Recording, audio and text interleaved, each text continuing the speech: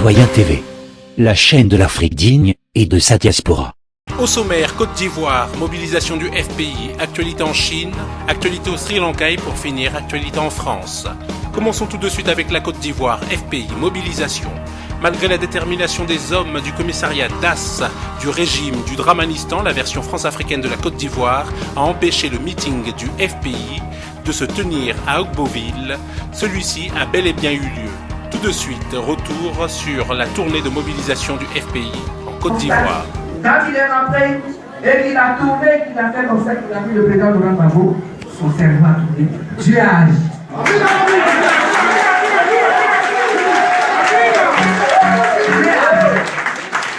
Parce que le mari de maman, il est assis, serein, il les regarde. Il les regarde parler. Parler, car le temps est un autre nom de Dieu. C'est lui qui a dit ça. Le temps est un autre nom de Dieu. Je vous regarde. Ce pays, nous allons nous y retrouver. Alors, le 7e témoin a dit, du coup, l'historique de la guerre en Côte d'Ivoire. Mais pourquoi vous achetez tant contre le Japon? Il faut qu'on dise d'où vient la guerre. La guerre vient depuis 2002. Depuis 2002, Gbagbo a été attaqué. Et nous nous sommes constitués en patriotes pour défendre. Et la population ivoirienne s'est constituée, s'est mobilisée pour défendre sa patrie. Et c'est ça qu'il faut dire aux gens. Gbagbo est un bon homme. Gbagbo est un homme gentil, démocrate. Il n'a jamais cherché à tuer. Au contraire, il s'est humilié, il s'est sacrifié, rien que pour avoir la paix.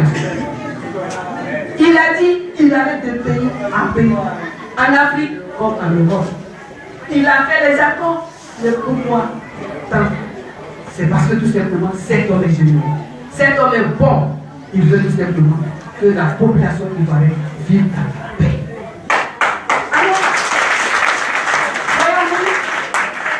Du coup, le témoin à charge est devenu un témoin à...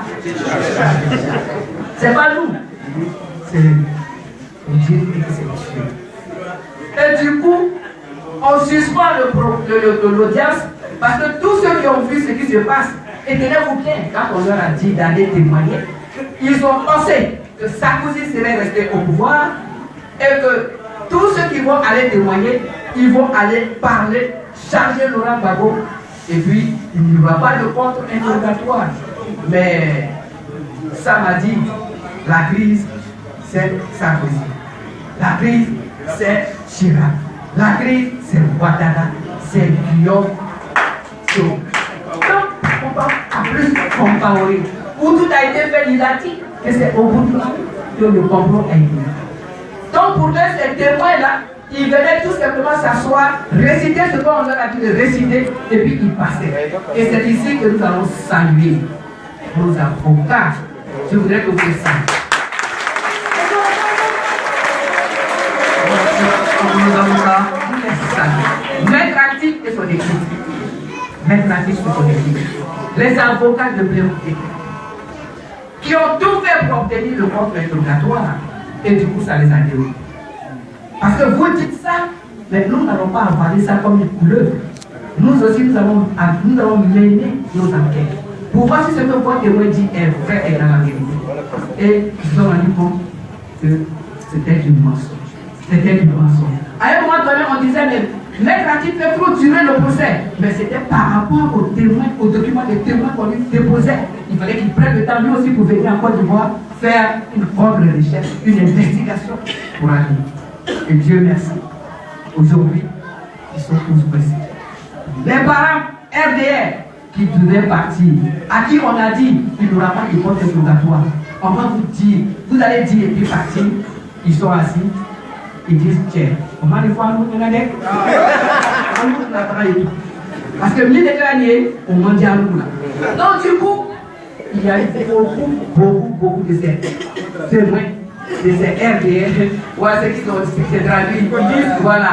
Ceux qui disent, mon frère, on ne nous a pas dit qu'on allait venir faire un contre-interrogatoire.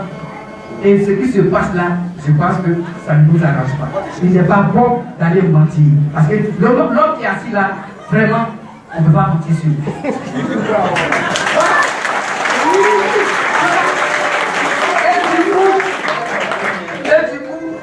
les témoins se sont amusés. Ils se sont amusés, beaucoup sont partis discrètement. Alors, le juge président était obligé. C'est vrai qu'il y a les vacances judiciaires de suspendre l'audience, de modifier le calendrier. Et tout en disant, on va reprendre le 9 mai si d'aventure il n'y a pas un changement quelconque qui intervient. Mais quel est ce changement quelconque qui peut intervenir? Dieu a sa main sur la chose. Il aura un changement. Alors, quand vous voyez que tout ceci n'est que mensonge, tout ceci n'est que mensonge, tisser de fil blanc contre le président de Gbagbo, tout simplement, nous sommes au plaidoyer la direction. Nous disons que le président de Gbagbo est pris en otage. Ils l'ont enlevé tout simplement ici, allant le mettre en prison loin de son pays, de son peuple, pour permettre à Ouattara de payer quelques dettes. Et depuis 2000, depuis 1999, Ouattara est sur le chiquet des coups d'État. Et c'est avec l'argent de la France qu'il faut payer. Voyez-vous, donc tout simplement, Gbagbo est en otage. Et nous devons faire quoi? Vous voyez que tout à l'heure, c'est devant votre détermination qu'on a pu s'installer ici. C'est devant votre mobilisation qu'on a pu vaincre ces esprits-là. Alors nous venons vous dire, le président vous dire, il faut que vous soyez mobilisés. Et que lui, sa libération aujourd'hui est déjà faite dans les cieux. Est déjà faite.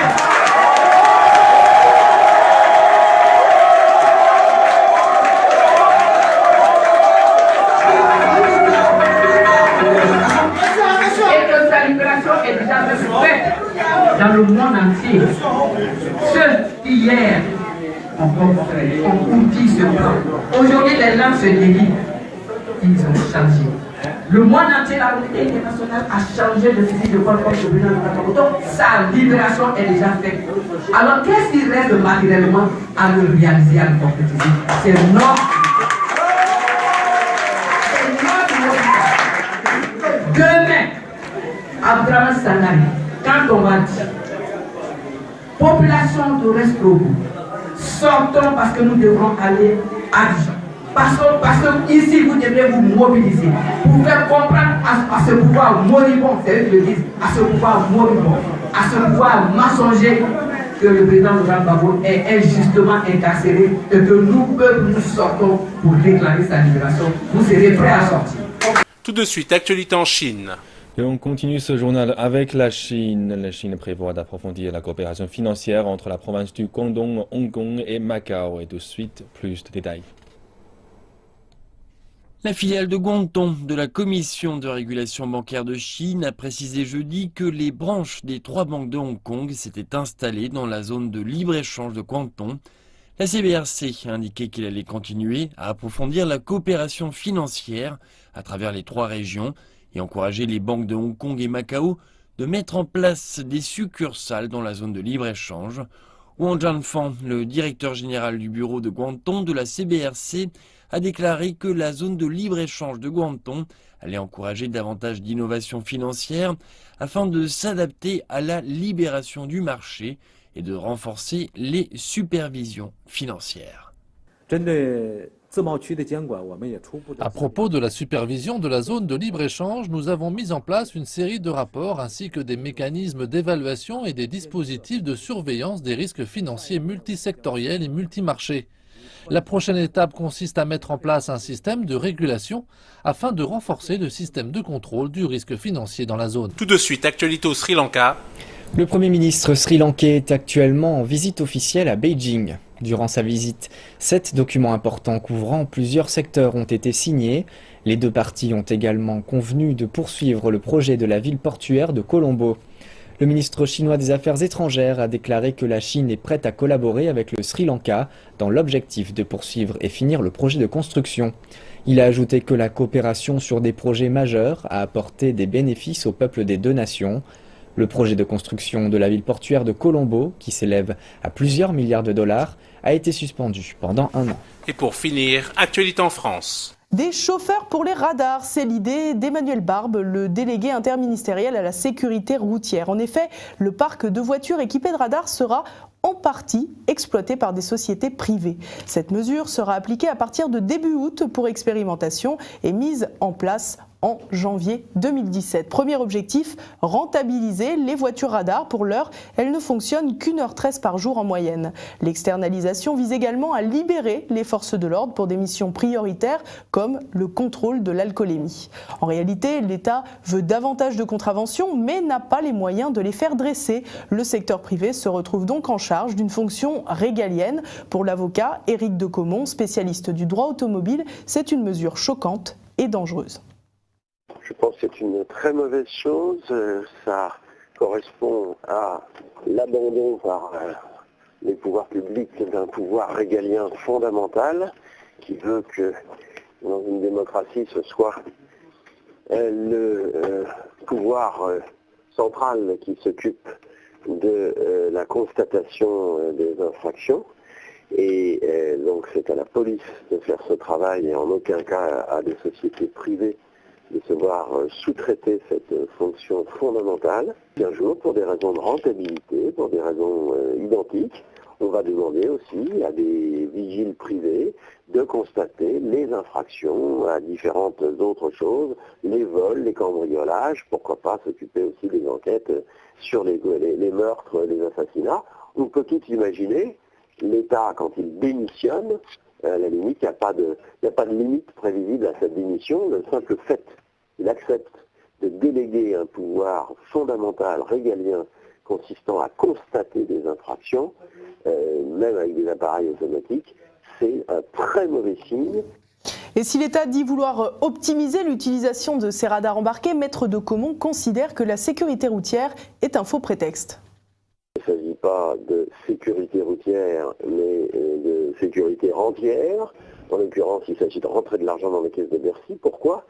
Parce qu'à partir du moment où vous multipliez les contrôles automatiques avec photo, prise de l'arrière, vous donnez aux titulaires des cartes grises, aux propriétaires de voitures par exemple, ou des motos, la possibilité de dire tout simplement qu'ils n'étaient pas au volant, et qu'à partir de ce moment-là, on sait que la loi dit qu'il n'y a plus rien à faire contre le titulaire de la carte grise, on ne sait pas qui conduisait, on ne peut pas condamner quelqu'un, on ne peut pas lui retirer de points, on ne peut pas lui retirer son permis de conduire, on ne peut rien faire pénalement. Par contre, en vertu de la loi des Sceaux, en vertu de la redevabilité pécuniaire, on peut faire payer quasiment à chaque fois une amende confortable, une amende fiscale, on va dire, confortable au titulaire de la carte grise. Donc en fait, c'est juste une question d'argent, pas du tout une question de sécurité routière. C'était un entretien réalisé par Mélanie Fabre. Et si l'intérêt de l'État est financier, celui des entreprises gestionnaires le sera aussi, même si les gains ne les concernent pas directement, les entreprises auront tout intérêt à avoir un bon rendement. En tant que bons prestataires de services, elles préserveront ainsi leur place. La réaction des automobilistes face à cette mesure est quasi unanime. Selon un sondage Harris pour 40 millions d'automobilistes, 83% de Français voient cette mesure d'un mauvais œil et 67% considèrent que son unique objectif est d'augmenter le nombre de contraventions. Pierre Chasseret, secrétaire général de l'association 40 millions d'automobilistes, promet une forte mobilisation pour manifester leur mécontentement. Citoyen TV, la chaîne de l'Afrique digne et de sa diaspora.